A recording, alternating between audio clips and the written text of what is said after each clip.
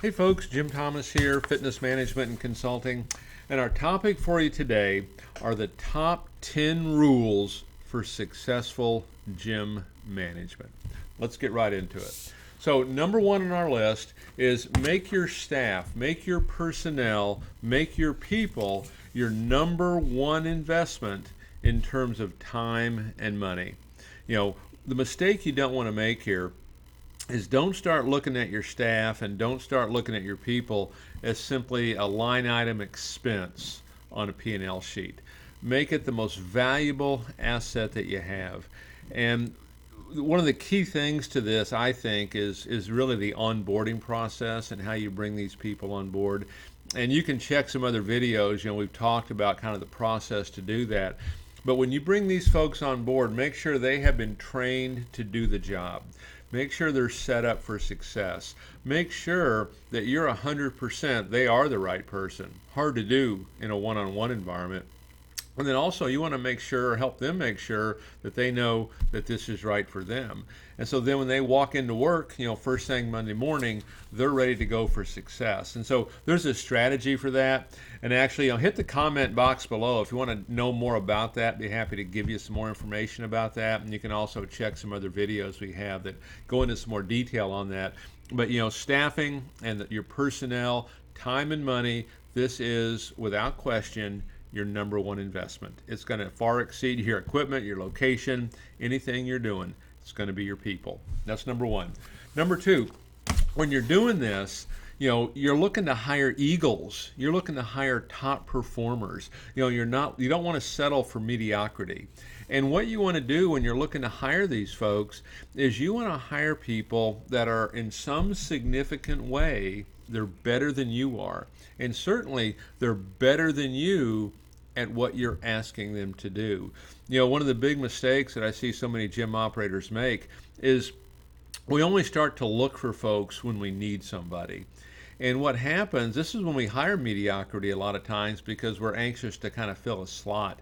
One of the keys to kind of hiring these eagles and not settling for mediocrity is to always be recruiting. Get yourself a plan of action on how to recruit, all these different ways you can do it. Make it a focal point of something that you're doing every single day.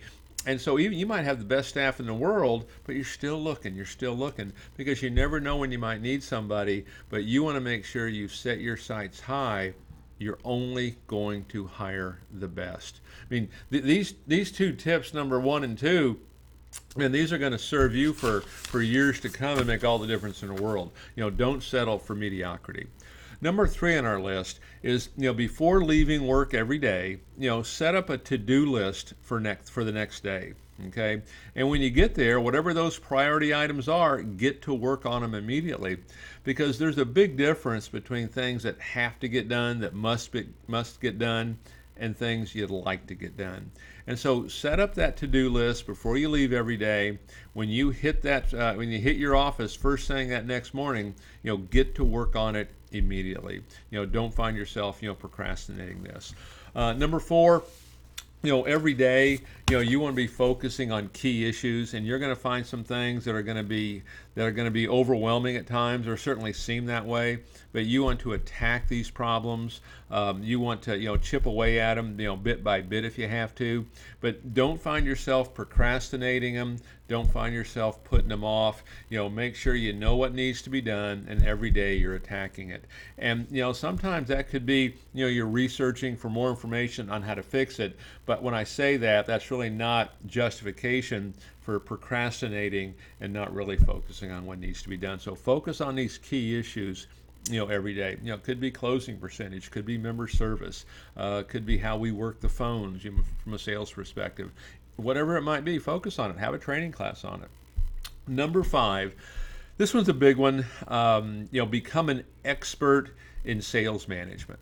And you want to be able to effectively, manage the attitudes, the work habits, the communications of your staff.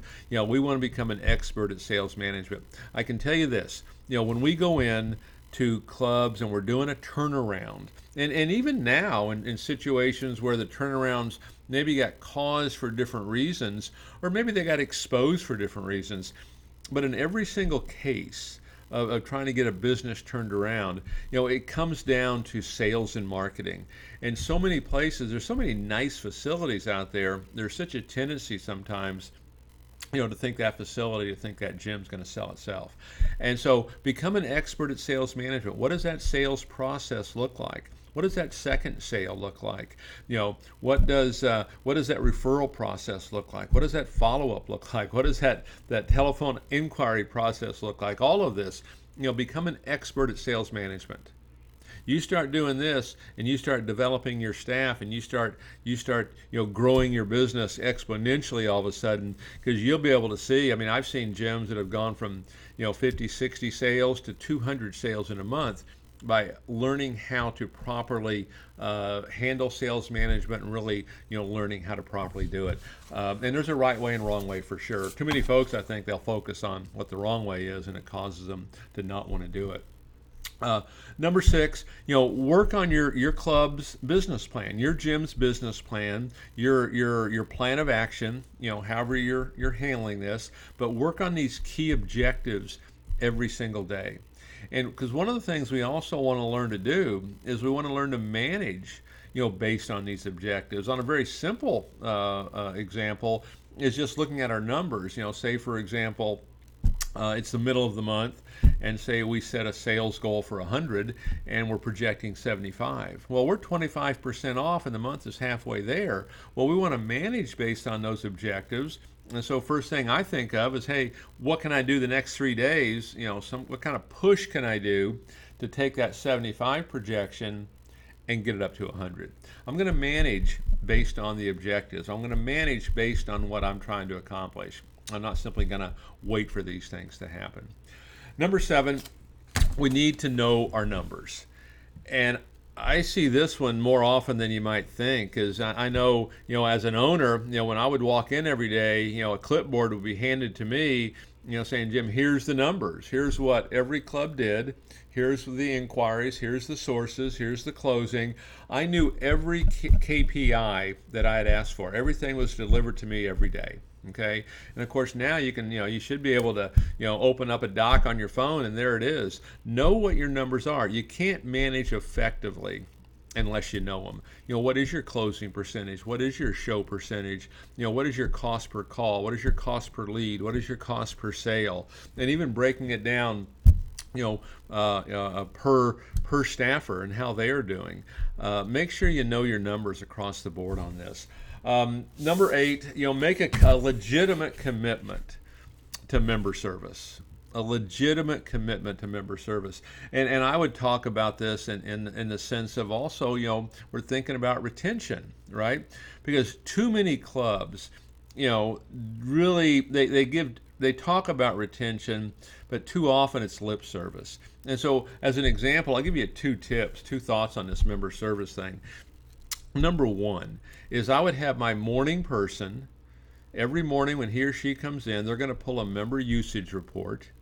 And what we're looking for is our members that have used our gym, say 4 times or less the previous 30 days. Now, if your price points are much higher, we might look at a different number. But generally speaking, if that person has used your gym 4 times or less the previous 30 days, they're going to be a member at risk. And we're going to call them up, we're going to have interaction with them, because we know we have that interaction with them, they're 20% more likely to come back in. And then we're going to have them in a regular, regular funnel almost of conversation. We're going to nurture, that customer to get them back in, and we're going to continue talking with them.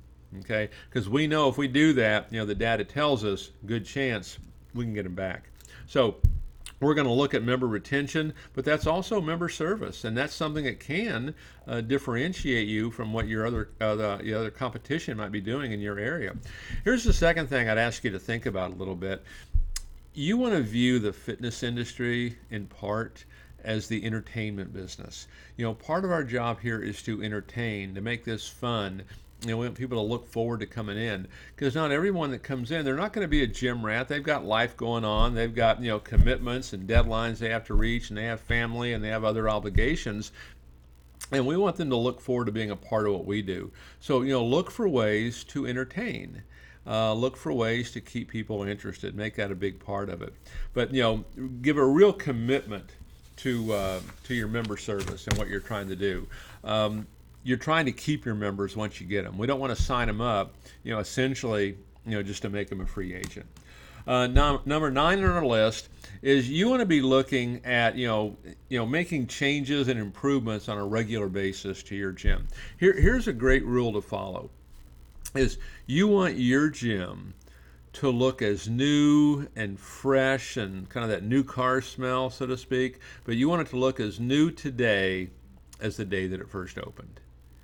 And that's the idea, okay? Because in the fitness industry, there's a tendency a little bit, we kind of serve a fickle audience sometimes, is they will kind of migrate. They will move, to whatever the latest and greatest is, whoever has the newest technology.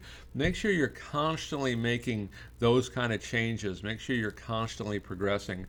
We had a club one time that we were getting involved with, and they were struggling, and the place was fantastic. And the owner had shared with me that everything they had done inside that gym was meant to last a lifetime.